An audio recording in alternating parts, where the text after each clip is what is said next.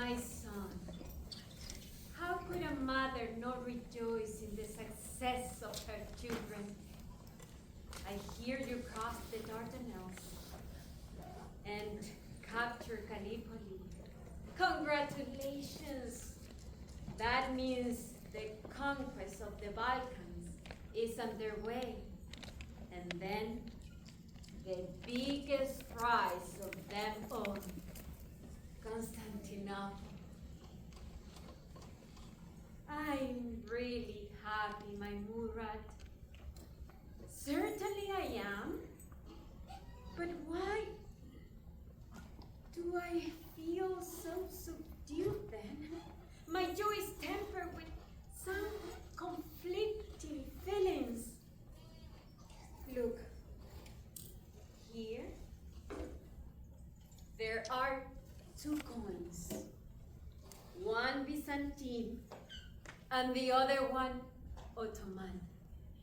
Make them into a single one, and that is me.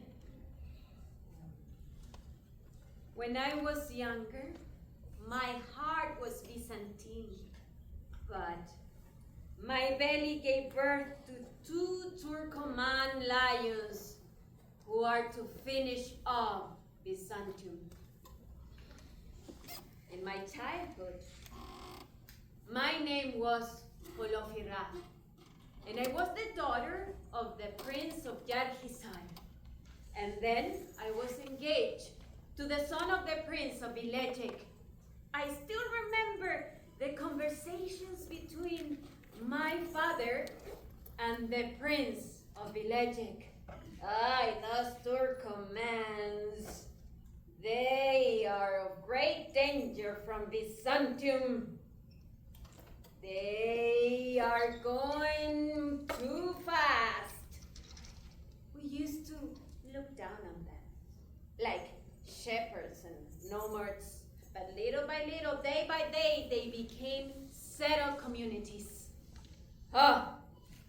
Osman Bey in particular is a busy beaver, uniting all those tribes and clans scattered around the land and usurping Byzantine's lands. At the end, my father and the Prince of Vilecek decided to invite Osman Bey to my wedding and lay an ambush to kill him. But Osman Bey sensed the plot and with uncanny premonition routed the wedding at Vilecek. Suddenly, I saw myself on the back of the saddle of Orhan Gazi, the son of Osman Bey. And it turned out they had a wedding feast for me there at Somme. And my name was changed from Holofira to Nilufer. I know, Murat. You are laughing, I know, because you only know about your mother, Nilufer. And this is just a little tale that I'm telling you because only I know how much I suffered during those days. I obeyed everything those Turkoman ladies told me to do. They taught me how to milk sheep and cows and how to brew mare's milk, that horrid drink. But then I understood that they weren't making me do all that as a punishment. No. A noble lady was expected to have all those skills. And then I also realized that nobody had anything against me because I was the daughter of a Byzantine ruler who had tried to ambush Osman Bey. Nobody said I bore any guilt. That's when I felt I was in limbo. My dear Murat, I said to them, I am Byzantine, I team, I cannot become tour command. At first, when we were eating on the ground from a huge tray, they would laugh at me because I wasn't able to sit cross-legged. But then I realized they laughed the same way at their children, fondly. I also realized that I was very conflicted. One day, we were having meal. It was night, and we were having dinner, and they were discussing all their plans in front of me to capture Yarhisar and Bursa, Nisea in front of me. Osman Bey, your grandfather, even asked me, consulted me about it. I almost went out of my mind. And while I was holding the glass of wine instead of that horrid drink, mare's milk, I said to them and shouted and screamed, I am Byzantium, I'm your prisoner, so treat me like that, kill me, because if I manage to run away, I'm gonna tell Byzantium everything you told me. Your father, Orhan Gazi, just looked and his face turned red. No, out of anger, no, but out of embarrassment. But Osman Bey, your grandfather, listened with a smile. The next morning, 2 horses were waiting for me there outside. I thought we were gonna go for a ride, but after a while, we arrived at a place that looked familiar. Orhan Gazi said to me, look, there you have it. That is Yarhisar, and that is your father's fortress. If you want to go back to him now, you can go. You have my best wishes. I started going in that direction, but my horse wouldn't go, so I dismounted. And then my feet wouldn't go. I looked at Orhan Gazi and his eyes were moist. I myself, I had a twinge in my heart and a lump on my throat. That is when I realized that Holofira had become Nilofer. Then we went back, weeping and laughing back to Sot. My son, my Murat, the son of my beloved Orhan Gazi. You keep telling me with such a pride, all puffed up, I shall conquer Byzantium. Well, that Byzantium was your mother.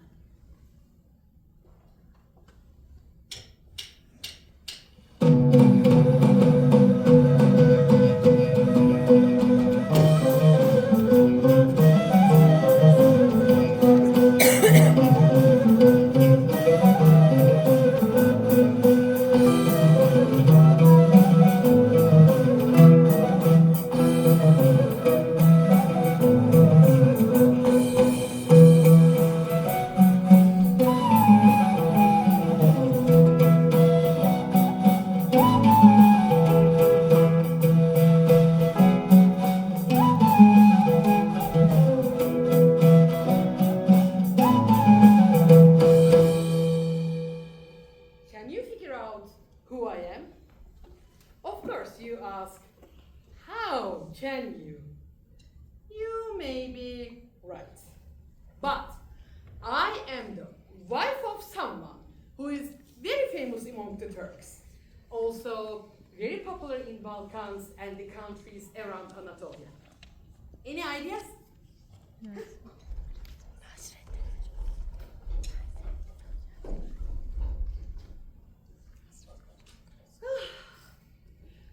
Nasrettin Hoca. A small town preacher who became Turkey's most beloved storyteller and humorist. So if I tell you my name, it will mean nothing to you. The story goes that they asked my husband.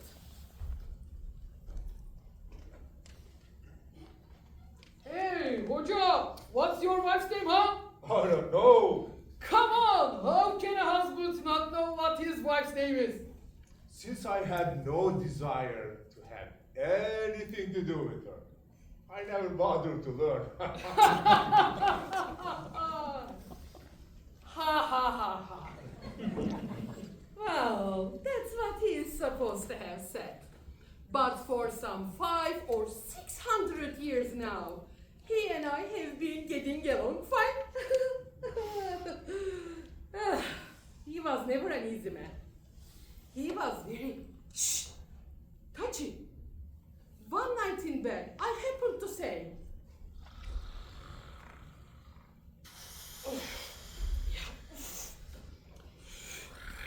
Hoca, would you move away a little? Huh?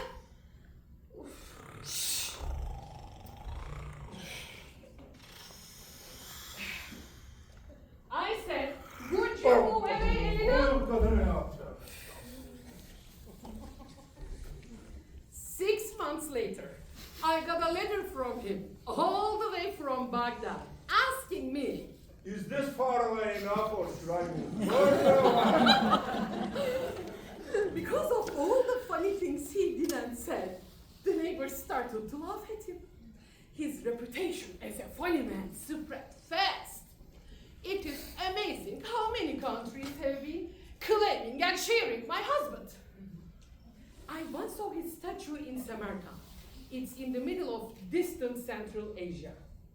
The statue shows him riding his donkey.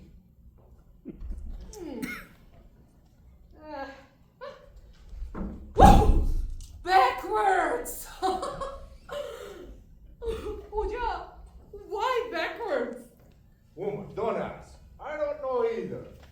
Well, once upon a time, I did some silly things like that. Well, in that case, why did they make your statue like that? Never mind Samarkand. Have you ever seen anywhere in the world statue of a man riding a donkey, even the right way? Huh? That's what it's like being a funny man's wife.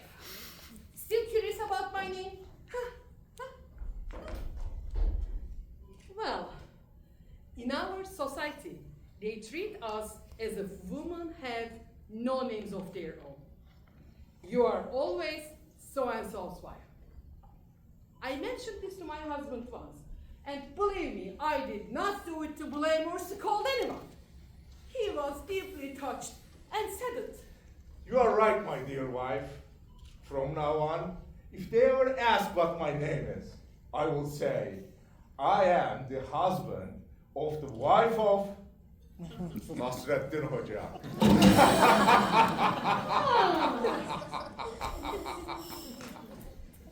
Here, in Anatolia, a clever and prudent woman follows in the footsteps of her husband and steers him around any way she likes.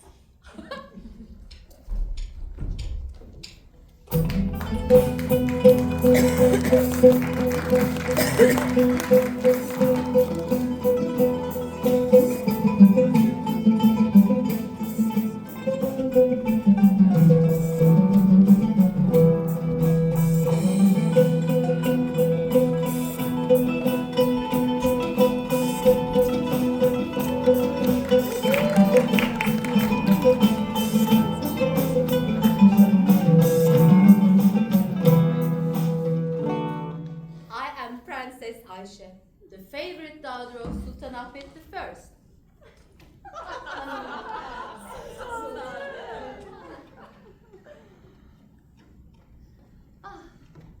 I suppose I was about 10 years old. My father, Sultan, married me off. God rest his soul. He loved weddings and festivities. There is a good reason for that. When he was a prince, they forgot to have him circumcised. As soon as he became a sultan, he organized a massive circumcision festivity for himself. As soon as he get circumcised, he started taking on wives and became a father at age 14.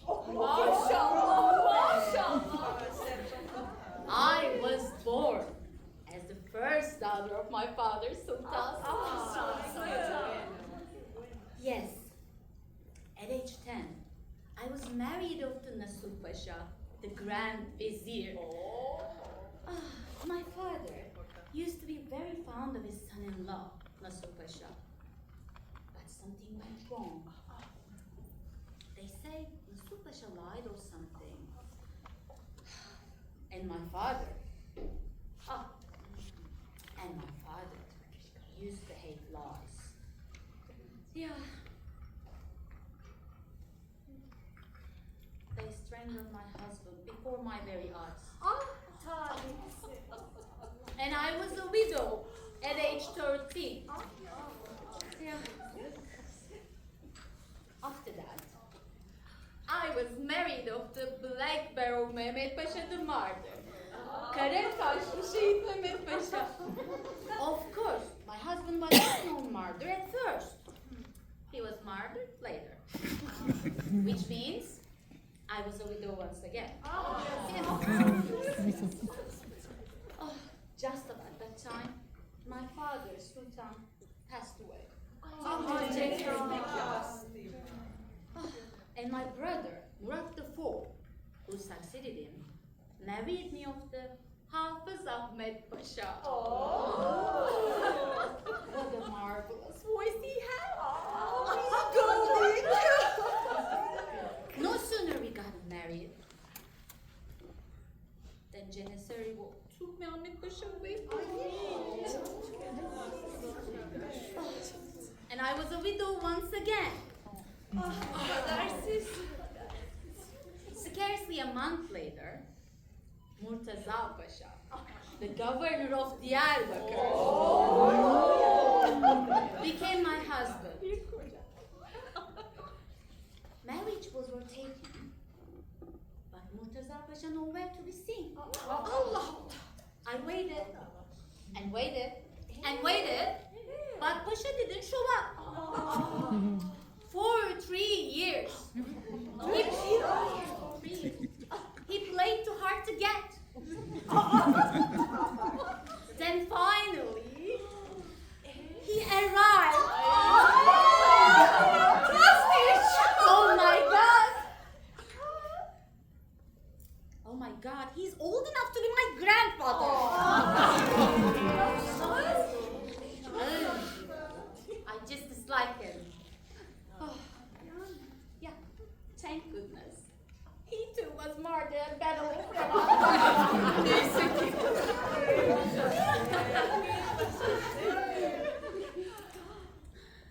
And then, another Ahmet Pasha.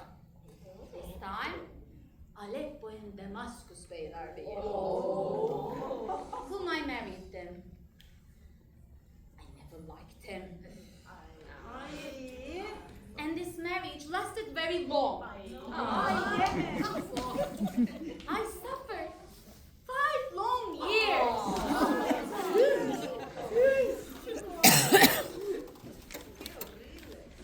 Would you believe he died a natural death? I'm just kidding.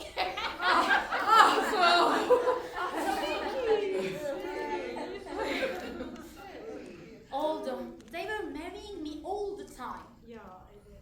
But I never had one proper husband. That is fate, my fate. But suddenly, poor shooter! Mehmet Paşa the klarneti. Mustafa Paşa the flatfoot. Yakup Paşa the hunchback.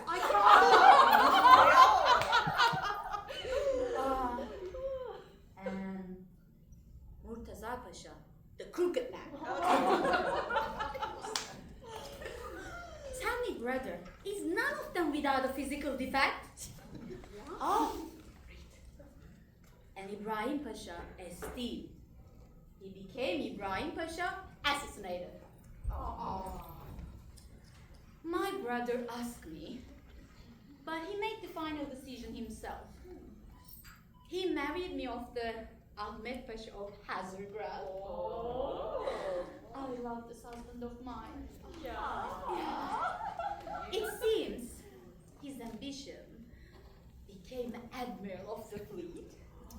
So I told my brother, and my husband was appointed Admiral. Fantastic! Stupid me. My husband, Admiral of the fleet, succumbed to violent seasickness and then arrived at the creek in a terrible condition, where he became a martyr. That means I was a widow once again.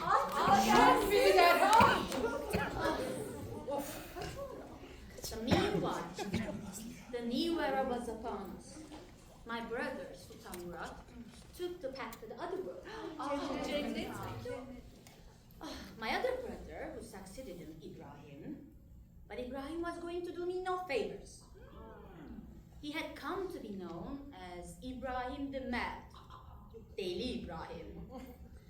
But his case was bloody awful. Yeah, so sad. My mother, Kösem Sultan, had him deposed and imprisoned him. But she's not satisfied with that. She strangled that. And his place, and her young grandson, Mehmet IV, was on the place on throne. Yeah. Oh, be that as it may, with their help, my nephew, the child Sultan, they married me off the İpşir Pasha, who was the leader of the bandits rebelling in Anatolia. No, who cares if it was a bandit or brigands as long as became my husband? They installed him as a grand vizier. It was their hope. Only a brigand could gain control over a state gripped by anarchy. Look here, İpşir Pasha, you are a mighty grand vizier and my husband. And so handsome.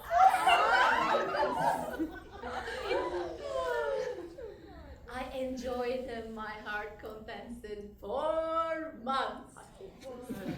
Yeah, 4 months. Then came another Janissary revolt. Yeah. What he feared had happened. They put a greasery nose around his neck and hanged my Pasha. Which means I was a widow once again. What a luck, huh? First, Nasuh Pasha of drama. Yes. Second, Black Barrow Mehmet Pasha the martyr. Third, Kur'an reciter Ahmet Pasha the Beylerbey of Van. Then Ahmet of Damascus fourth, and Ahmet Horsgroom was sixth. And then 7 was İpşir Pasha. Just think, all these husbands. But really, unlucky daughter of Sultan Ahmet the First, Ayşe Sultan. Can't be said have had any husband at all. Haklı.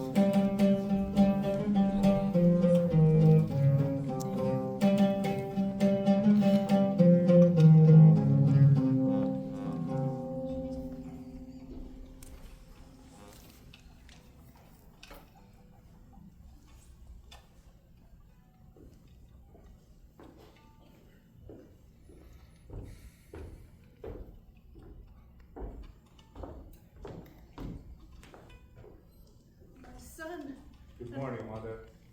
My Sultan.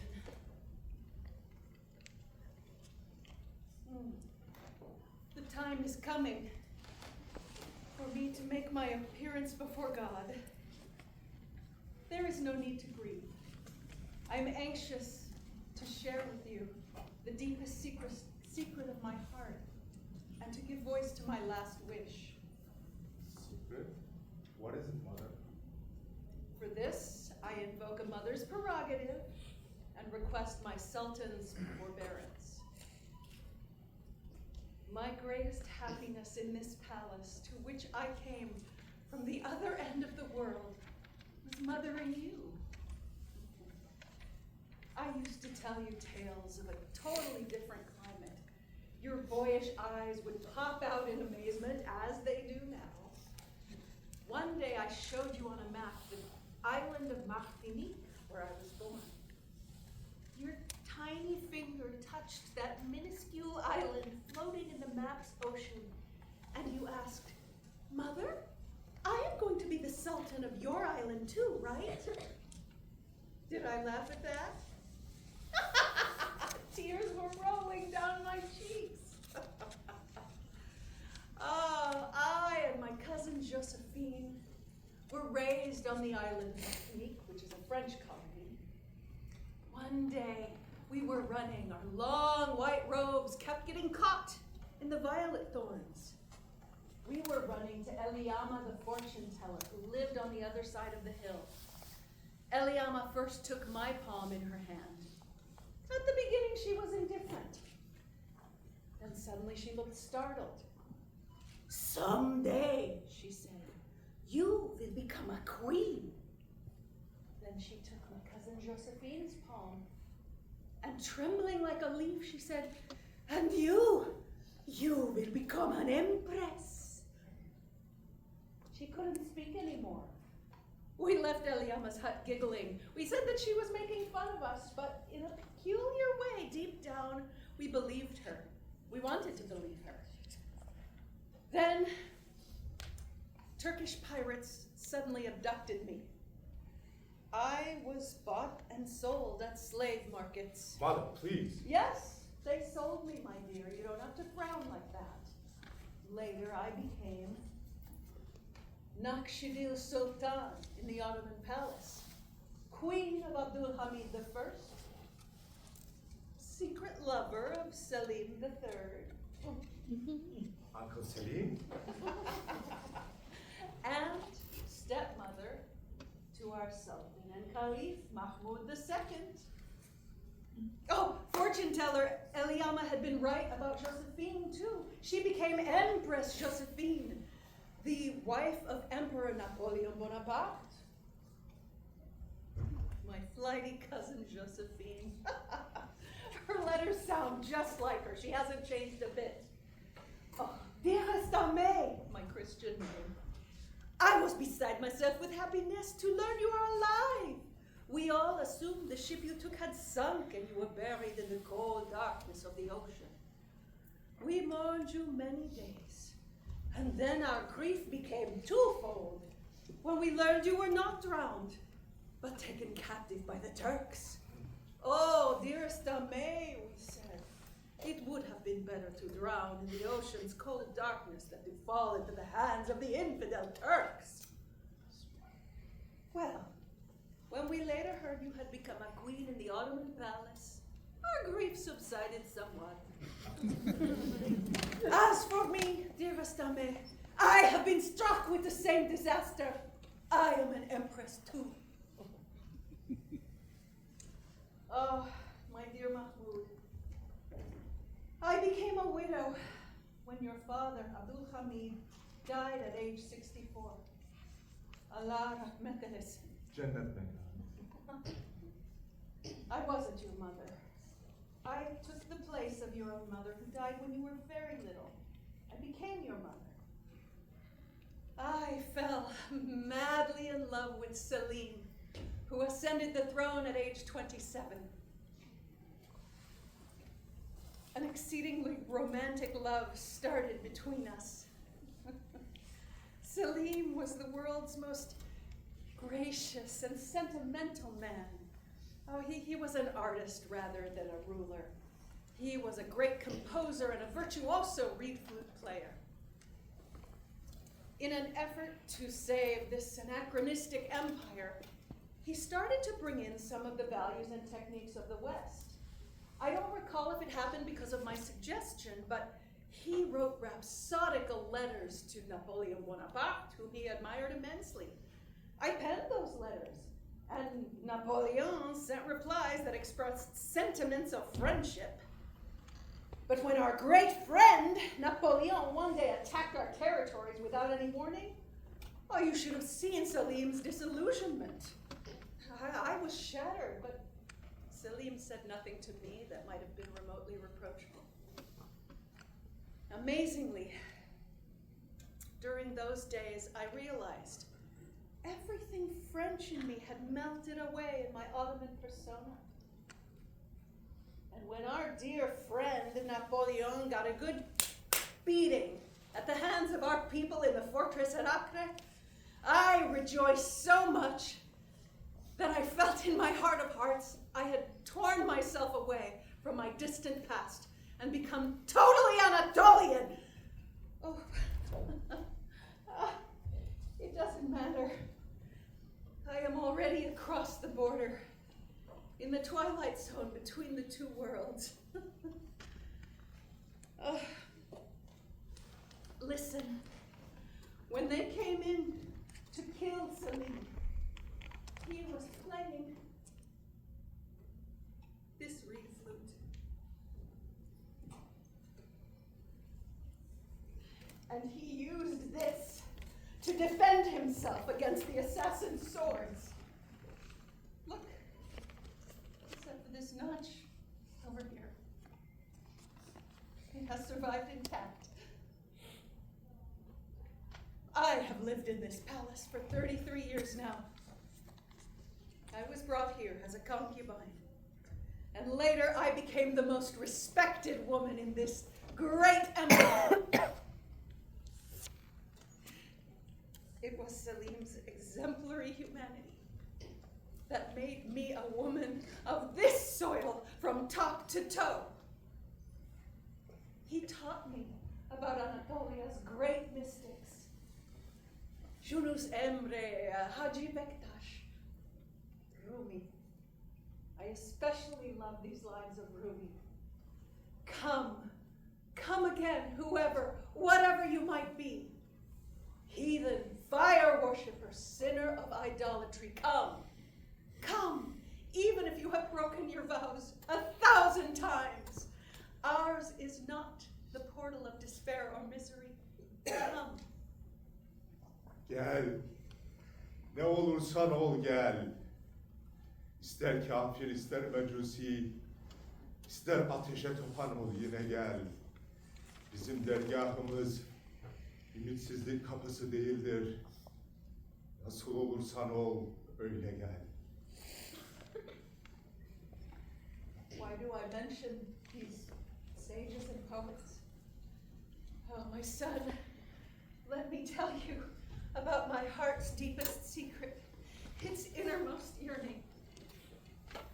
Like these poets who had faith in the unity of all religions, I too have come to believe in God's unitary supreme being.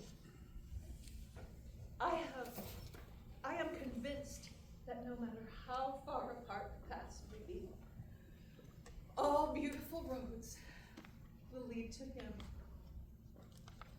My son, I was born a Christian. As I am dying,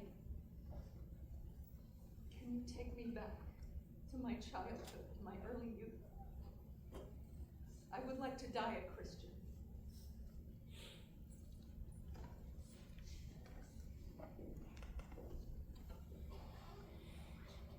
No one should step between God and his vessels.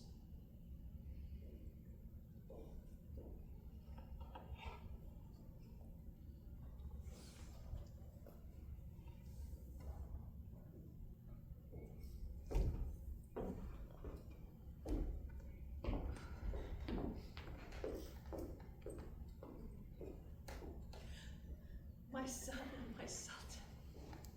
I thank you.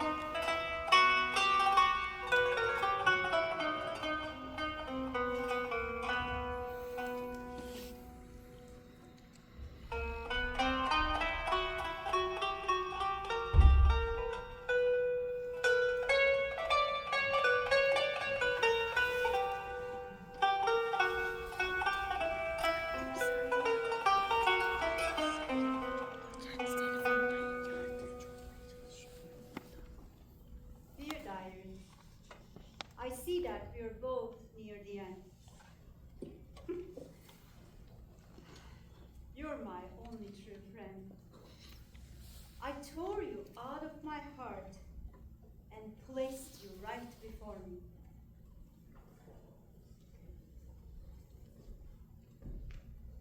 I am Nigar. My poetic talent is a gift of nature. My father was enamored of music. My mother used to recite poem after poem in her days of sadness. I take after my mother. I am now opening you at random.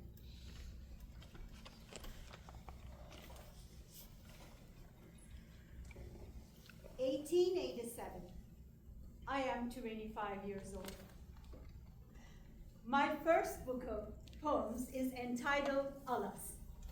It's strange that no one showed any interest initially, but there was a run on it when they found out that the poet was a woman. My fame is only a reward for my grief and sorrow. Cemil Bey, the lutenist, has set one of my poems to music.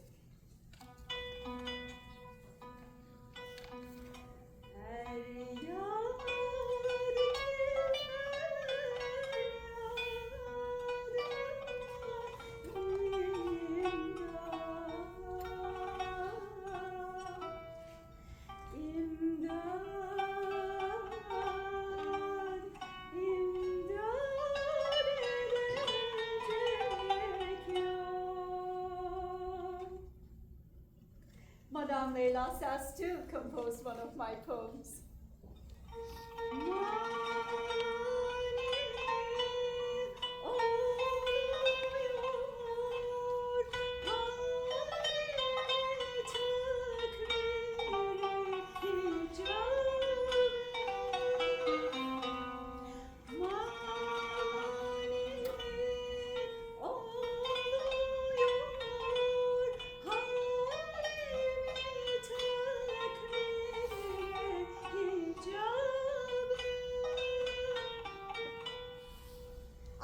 Attained the fame I had hoped and yearned for. But why, my God, am I so lonely?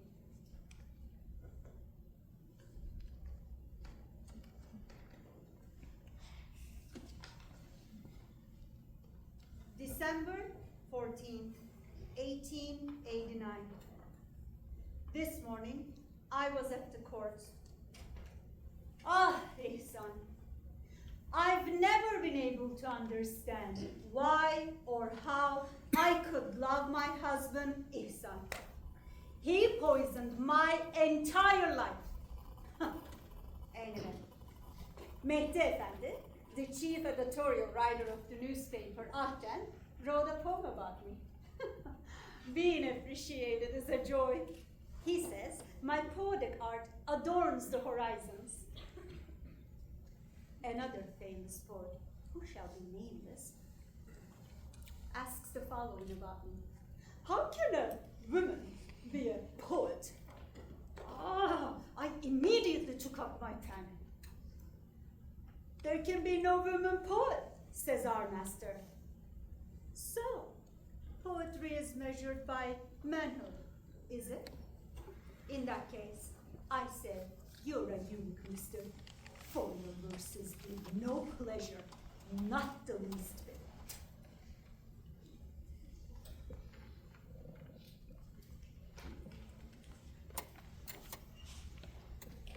December 15th, 1895. I went to Eyüp Sultan with Pierre Loti this morning. You would think this man is a Muslim in disguise. He kissed the window of the mausoleum with me. Then we strolled all around and even in the cemetery. The panorama of the Golden Horn is breathtaking. My colleague, Pierre Loti, is deeply fond of Istanbul and all things Turkish, just like me. And his melancholy eyes. Ah, those eyes disclose the profound stirrings in his soul. His Majesty, the Sultan, I'm told, liked my last poem very much. I'm in high heaven. Under the Code for Service to Literature, I am now to be given a monthly stipend. It is so wonderful to be appreciated. Rumors of war are afoot again.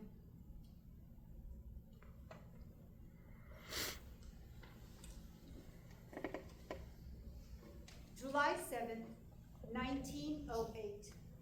Meşrutiyetin ilanı. Thank heaven, constitutional government has been declared in our country too. This step forward made all people with a conscience happy. This means that our noble nation, for the smallest particle of which I would gladly sacrifice my life, can now take the road to progress. Oh, I can buy a copy of the proposals for the Constitution. Hear this. Listen to Article 42. Women are co-equal with men and free. I like this very much. But, naturally, if the he-lion is a lion, why isn't the she-lion a lion? But look at the following paradox. It accords the right to elect and to be elected only to men. What sort of equality is this? Take Article 43. In Turkey, there was no aristocracy in the past, nor is there one today. I cannot share this view. Only if there is an aristocracy in a country can the rare flower called art bloom. Isn't that the way it happened in Europe? Why do they refuse to understand this?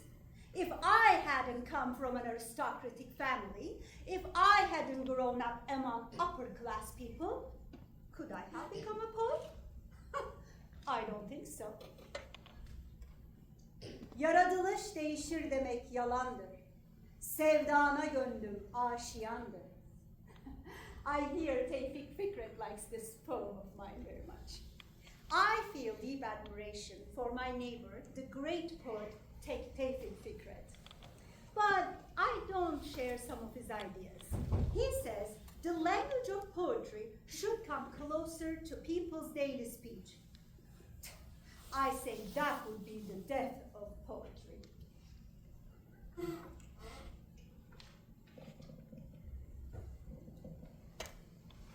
March 31st, 1909. 31 Mart ayaklanması.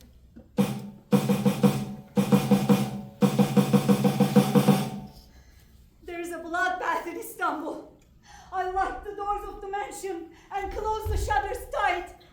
They want to strengthen theocracy. And the soldiers are objecting against their officers. This is bad.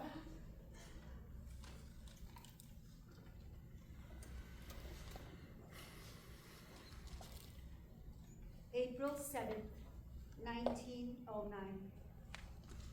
I am very sad today. Abdülhamit has been deposed. Now I wonder if the government might cut off the salary Abdülhamit was paying me.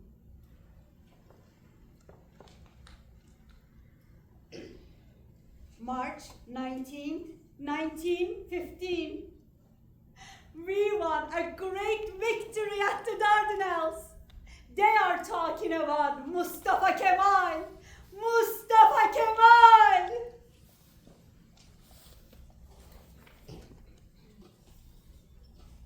October 1917. Tonight, I caught a bug on my neck. Disgusting creature. I was so scared. There's a typhus epidemic. I sent the bug to my doctor in a matchbox. He was kind enough to have it examined at the children's hospital. Thank God it turned out not to be a carrier. But they sent the bug back in the same matchbox. That was all I needed.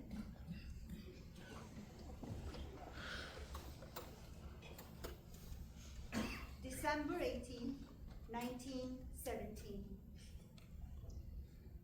I have been writhing in pain since this morning. I can't digest the ration bread anymore. I don't know what to do. I have no flour, nor do I have a servant to bake bread. My sickly body can take only so much of that ration bread, which contains broomcorn, maize, straw, and God knows what else.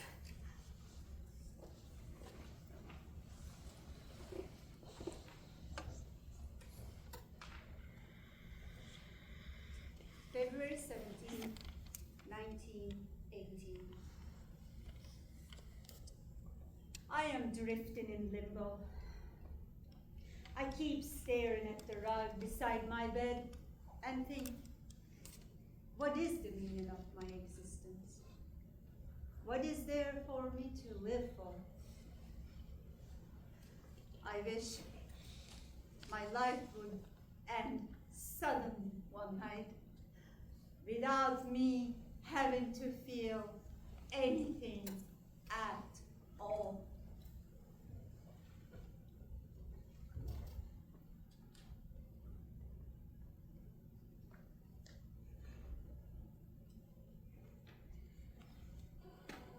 March 19th, 1918. If there were any visitors today, I didn't hear them. Just like everything else, the doorbell is broken. Last night, as I was shivering with high fever, I thought of the bedroom brazier that my father gave me as a gift many, many years ago. Only that warmed me up. And this way, I paid one last tribute to my beloved father's memory.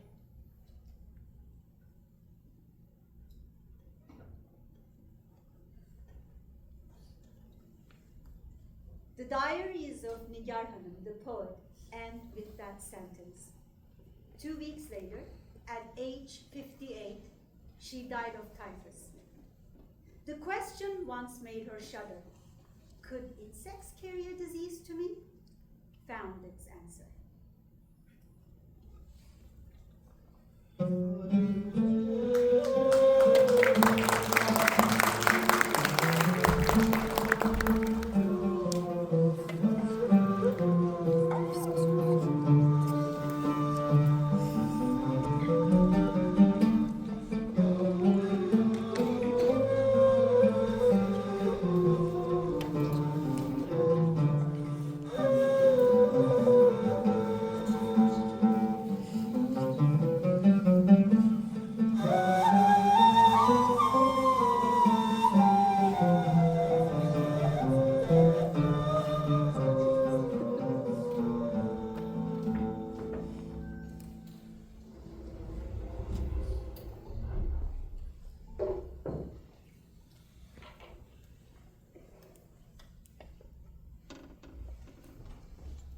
You, your name, your unit, where were you taken prisoner?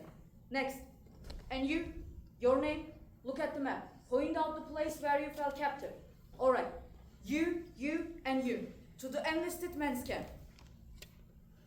Take that boy to the infirmary. Please step this way, Captain. Your name, your unit, where were you taken prisoner? Show me your ammunition supply rows, on the map, please. Captain, are there any Anatolian Greeks in your unit? It's not an incomprehensible question. It's very simple. In your unit, did you have any people from this country?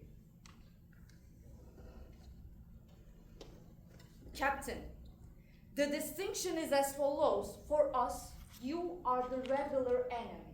Or let's say you were, because the war has ended for you. You are our guest here.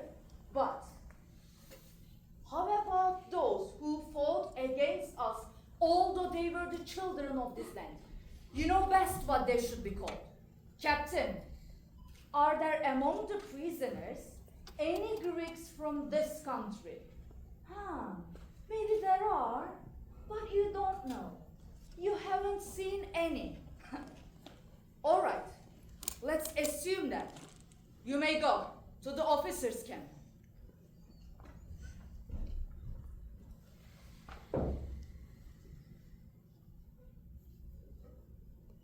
Their condition is quite like the situation we were in at the beginning. Defeat and disorder, complete chaos. We have heard that from Eskişehir on.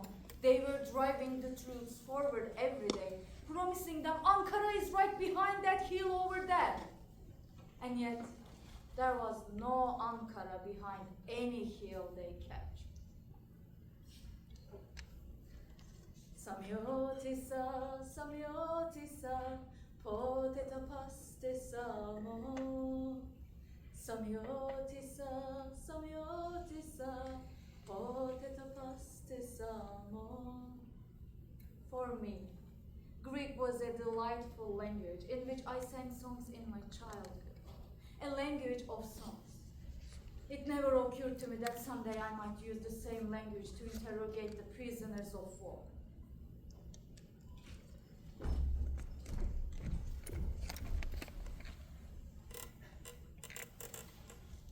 War looks exciting when you look from afar. Offensive, counteroffensive, attack, counterattack, advance and retreat, turmoil.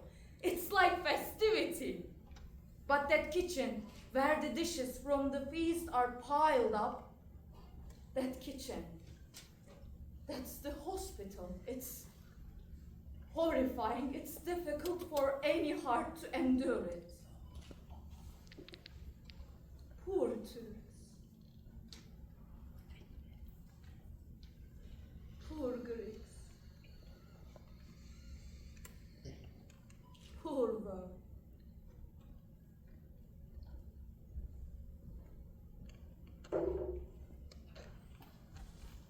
From here, Gordium, the Phrygian capital, is visible as an ancient ruin at the other end of the meadow.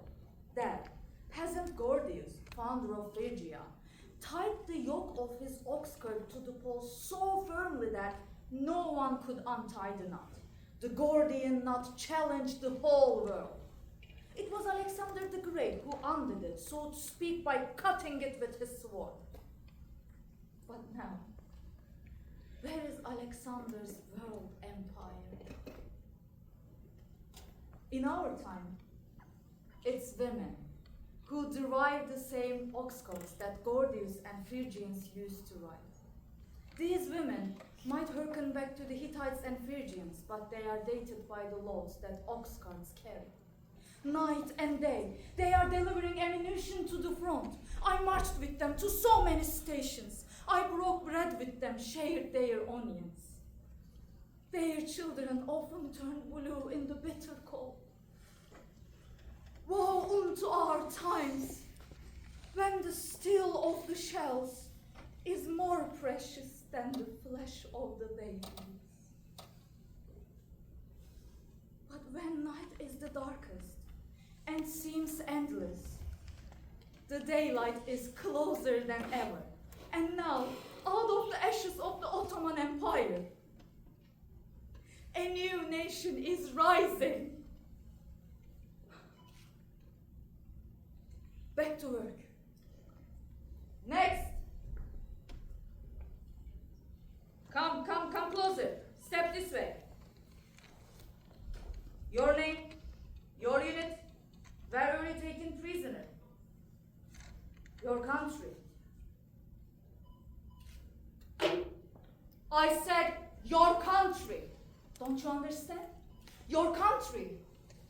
Or let's say your village. Or your town. What family do you belong to? Speak up. Why are you trembling like that? Speak up. Don't mumble. What sort of Greek are you speaking, huh? What dialect is that? No. Don't swear on your honor. Everything you are doing gives you away. You don't have to be afraid of me. Look how calm your comrades are. It's no crime to be taken captive in war. That's of course, if you have committed no other offense. Your country! Look, a seriously wounded Greek soldier gave me these letters and photographs just before he died. I promised him I would send them all to his family village of Lugorian, Epidaurus, Peloponnesus. You too must have received such letters and pictures from your family, your village, or your other relatives. Speak up! Pedimum! I know you are Anatolian.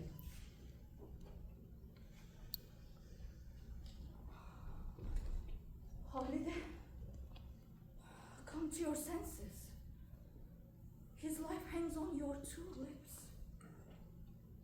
That man is a traitor. But remember those poor women and girls whose lives were wasted. Who took pity on them?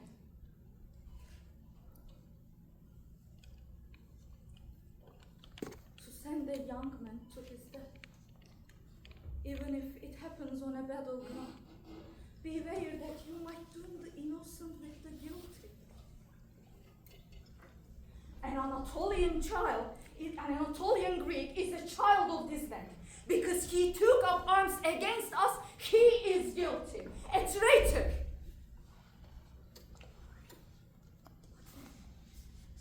Treason is sometimes a relative concept, isn't it? I had promised those women and girls that they would be avenged. Vengeance! Against whom? Up to what point?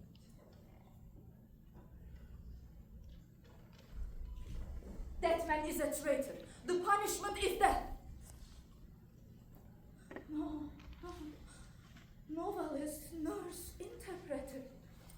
And now, are you turning into a judge, Halide? Vengeance is an act of barren hearts. Forgiveness.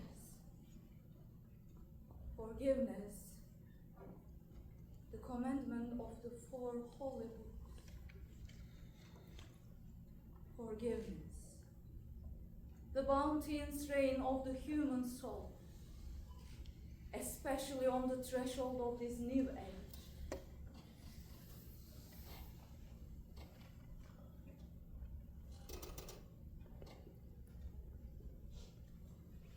Put him with the other prisoners. He is not from this country. He is not an Anatolian. Adios. He is still a child. What a lovely child. Like Apollo. Maybe Apollo himself. A child of this land.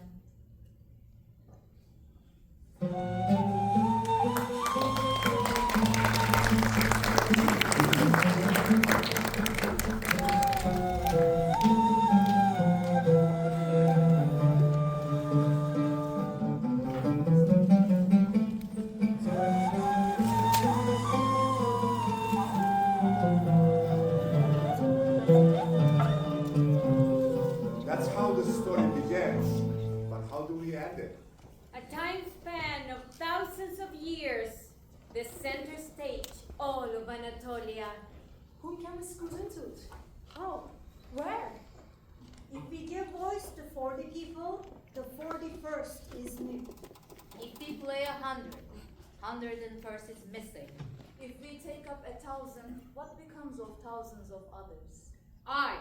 I am an actor. I can best endurance myself the more I change. Deep in sleep, I ask myself, who am I? In which age? Where? My task is to give life to earth, To split the yarn of passion, To wield the human spirits With its treasons and loves. Into a narrow yet boundless frame. ours was a mere bird's flight through the ages. We perched, flew away, and alighted again. one at a time, out of a myriad. I, an actor. I, an actor. I, an actor. I, an actor. I, an actor. Like the legendary phoenix that catches in fire its from own ashes. To catch fire, once again, from the sparks that spring from your hearts, I bow before you.